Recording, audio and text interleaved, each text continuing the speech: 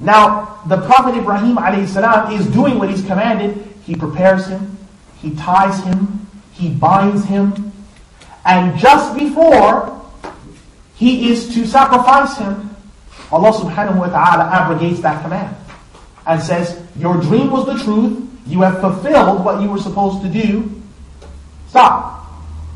And then in place of Ismail alayhi salam, a ram was sacrificed. This is taken from Surah Al-Safat, the 37th Surah, Ayat 102 to 107.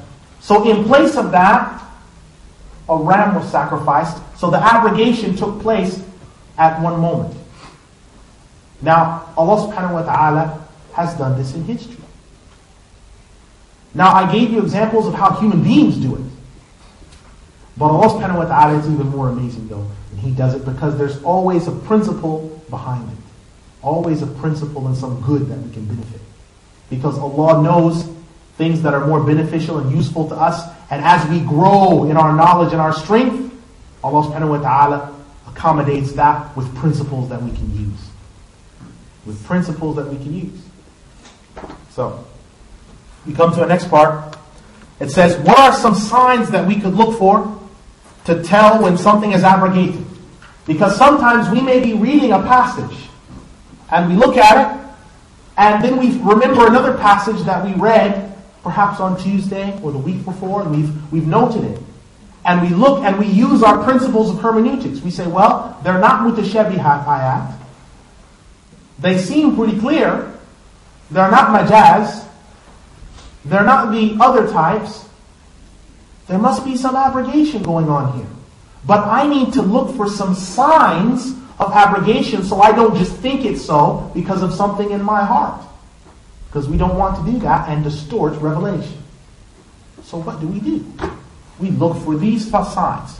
One of the first signs is it says the wording actually calls for it.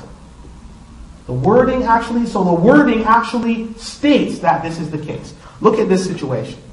The Prophet Isa alayhi salam says, وَمُصَدِّقًا لِمَا بَيْنَ يَدَيَّ مِنَ التَّوْرَاةِ وَلَأُحِلَّ لَكُمْ بَعْدَ الَّذِي حُرِّمَ عَلَيْكُمْ وَجِئْتُكُمْ بِآيَاتٍ مِّن رَبِّكُمْ. And I have come confirming that which was before me of the Torah, and to make lawful for you part of what was forbidden to you. And I have come to you with a proof from your Lord. Surah Ali Imran, the 3rd Surah, Ayah 50. Now notice, he said, I've come to make halal for you something that was haram before. Now how could that be the case unless it was abrogation? Now when you look at the tafsir literature, it's mentioned that the Prophet Isa alayhi salam was making permissible for them camel and all the other foods that had been made impermissible for them. All the different types of birds and land creatures that have been made impermissible. Does anyone think they know why this was the case? Why was the Prophet Isa alayhi salam telling them, okay, now eat all these things? Remember, this is Orthodox Judaism in the 1st century. This is blasphemy to speak in this way. He's saying it's okay, eat everything except for these. And of course, he said these things that were made haram for you, they're halal now. Go ahead and eat. Yes? So because Musa alayhi salam tested Musa. Yes, about the cow and things like that, so the law got strict.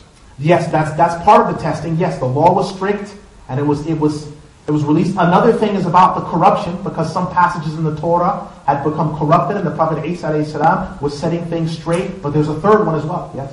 Didn't it say somewhere that Allah subhanahu wa ta'ala would provide for the Jews, and they said that we don't want what Allah ta'ala provides from us, from the heavens or whatever we prepared, we want what's here on earth. Mm-hmm. That's part of it. Now there's a final thing as well to keep in mind. A final thing, because all those points were good. The final point is that the Prophet Isa alayhi salam was preparing the Jews for the coming of the Prophet Muhammad. He was preparing them. Because the Jews had 613 legal laws. Some 50 of them to do with dietary habits. 50. The Prophet Muhammad ﷺ comes 500 years after Isa and says the same things. They know it's him. They know it's him. He brings a set of camels forward and says, tell me who has made these impermissible if you are truthful. Why is he saying that? Because it's been abrogated. And he brings forward other animals that are also supposed to be impermissible in Jewish law, that the Prophet Isa ﷺ had already prepared them for when he said, this is no longer the case. He was preparing the Jews. But still, the Prophet Muhammad ﷺ was rejected. But it's an interesting point. Another point, and this is from the Hadith, because the Hadith also has principles of hermeneutics in it. And it is where the Prophet Muhammad ﷺ said, I used to forbid you from visiting the graves. فَزَرُوهَا, now do so.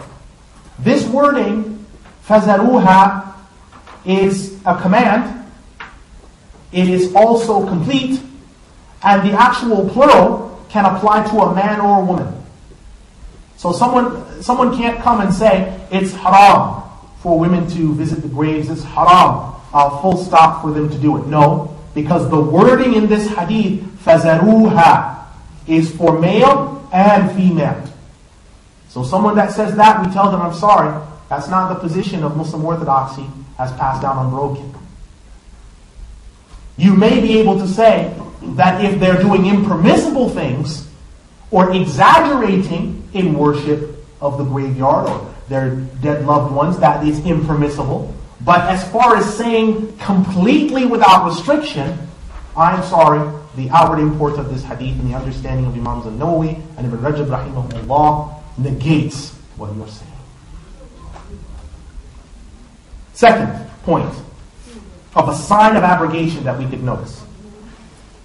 The second sign is if the statement is being related or the narrator should mention the time of his or her hearing it, so that one may actually ascertain the status of the nasikh or the mansukh.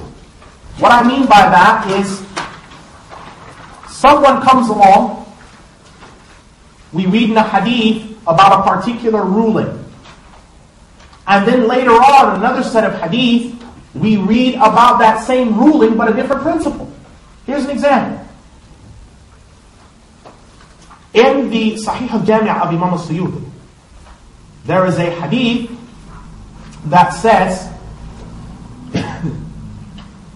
a man used to, he would relieve himself and he would touch his lower regions while doing istinja, while cleaning himself. Now, he said about the principles of istinja, he understood that principle. But he asked about what happens if I should touch them and there's no veil between them. If I just touch from the skin on my hand, my lower region, what happens? And the Prophet Muhammad ﷺ told him, that is just a piece of skin that is from you. Meaning that it doesn't affect your actual wudu. It doesn't affect it.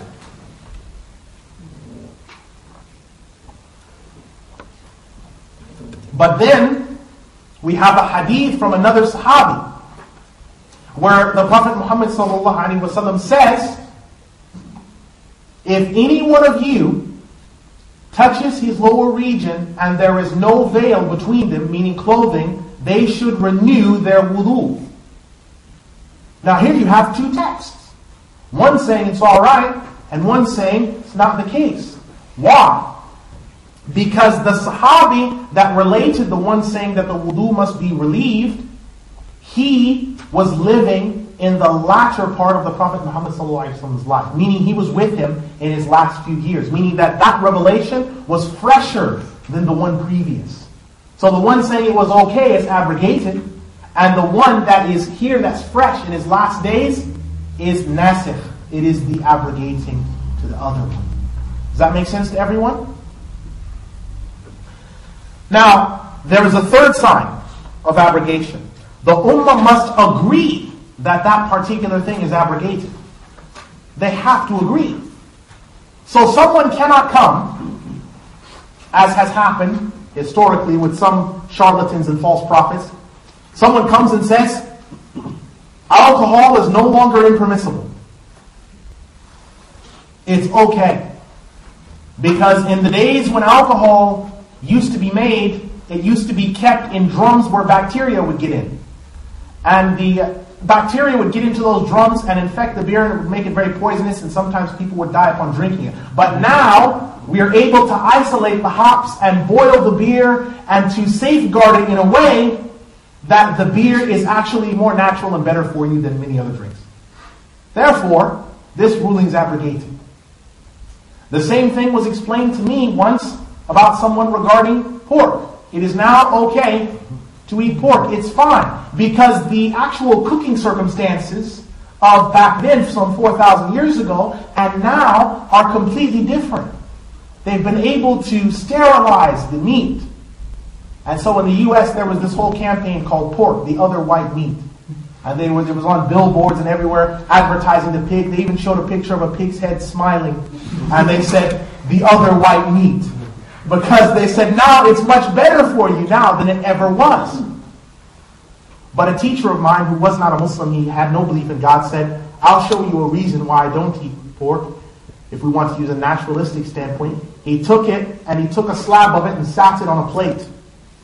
And he poured iodine on it, just 2 drops. And he said, now we'll come back later, about 15, 20 minutes. And when we came back, there were maggots everywhere. Because the maggots had crawled out of the meat. And he said, and when you cook it, that doesn't get rid of them either. And this same man, he referred me to a friend of his who wrote a book called Diseases of the Swine, which is about as thick as the human fist, and enumerated some 1,000 diseases of the swine. And one thing it mentioned is that the swine, actually, the diseases, the trichinosis worm, in cases, extreme cases in Africa, they were actually having worms that were climbing up and swimming up the actual spinal canal and lodging in the brain and feasting on the frontal lobe. So, to say that somehow pork has become abrogated because it makes more sense now and we have much cleaner techniques, that's an irrelevant argument from even a naturalist standpoint, let alone revelation, because this ummah, which is infallible in totality, didn't say, yes, that's fine. They have agreed for totality that alcohol and pork are impermissible from the time of revelation all the way into the resurrection. The fourth sign is that the actual narrator states the nasikh and the mansukh.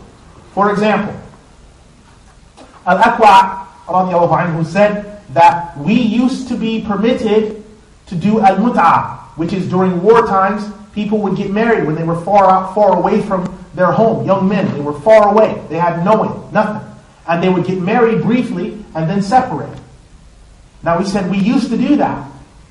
But the Prophet Muhammad sallallahu alaihi wasallam then forbid us from doing it. That is a sign that that thing has been abrogated. Another sign, this is in Sahih al-Bukhari, of this type of thing. Once there were large pots, and the tops were actually bouncing while the food was cooking inside of it because the steam was coming out. And the Prophet Muhammad sallallahu alaihi wasallam said, what is in here? And they said, oh, it's just donkey. And he said, indeed, Allah has spoken against this.